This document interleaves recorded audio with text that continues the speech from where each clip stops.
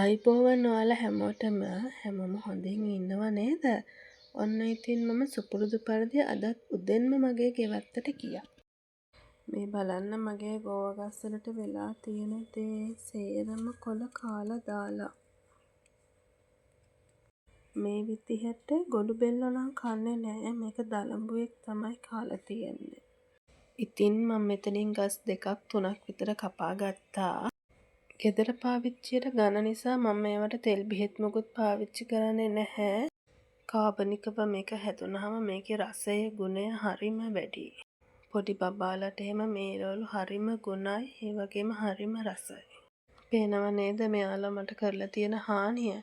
ඔයාලා දන්නව නම් කාබනික වගාවට මේ වගේ ප්‍රශ්නයකදී මේකට දෙන්න ඕන බෙහෙත් මොනා හරි මට කමෙන්ට් එකක් මැසේජ් එකක් දාගෙන යන්න මොකද්ද කරන්න ඕනේ කියලා. මේ තියෙන්නේ සරුවට හැදුණු මගේ බෝංචි ගස් ටික. දෙපාරක් තුප්පාරක් මම බෝංචි මේ පාර කඩාගත්තා. මේ පුංචි පැලත් එක්ක ගෙවන කාලය මට නම් හරිම නිදහසක් සතුටක් ලැබෙනවා. මේ තරම් සරුවට මේ පැල හදාගන්න මම පාවිච්චි කරන පොහොර එක මොකද්ද කියලා මම ඔයාලට කියන්නම්. මේ තියෙන්නේ මං හදාගත්තු පොහොර එක.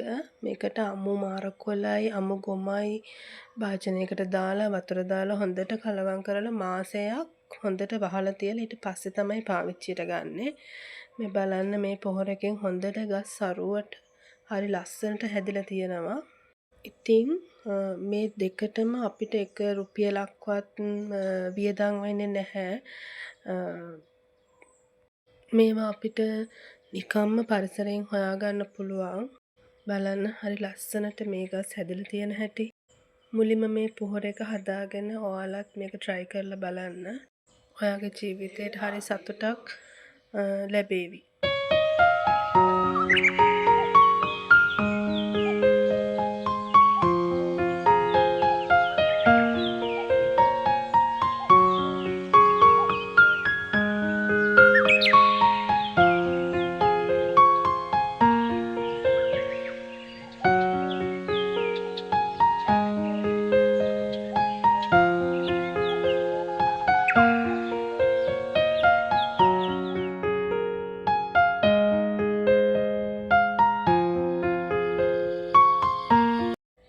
මේ තියෙන්නේ මං හිටවපු ගොරක තක්කාලි පැල වගේක්.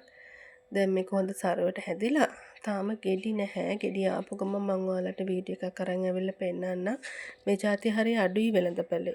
ඉතින් මේ තියෙන්නේ අද මම මගේ ගෙවත්තෙන් කඩාගත්තු එළවලු ටික. බලමු අද මොනවද මම මේකෙන් දවල්ට ලෑස්ති කරන්න කියලා.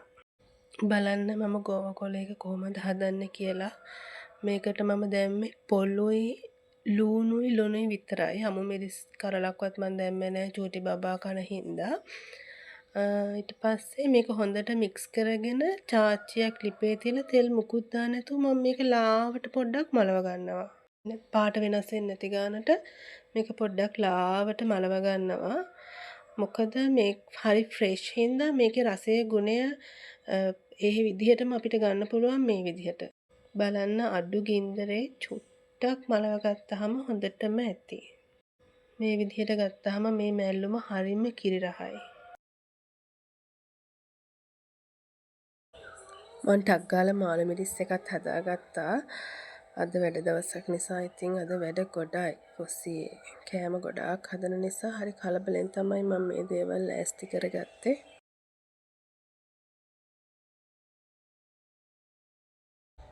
මේ තියෙන්නේ මම මගේ පුංචි ගෙවත්තෙන් ගත්ත වෙලවලු වල වස විස නැතුව හදාගත් රසම රස බත් එක. ඉතින් ඔයාලත් මේ වගේ කෑම හදද්දි ගෙවත්තේ වගා කරලා ඒවෙන් හදලා බලන්න. මේවා හරිම රසයි ගුණයි.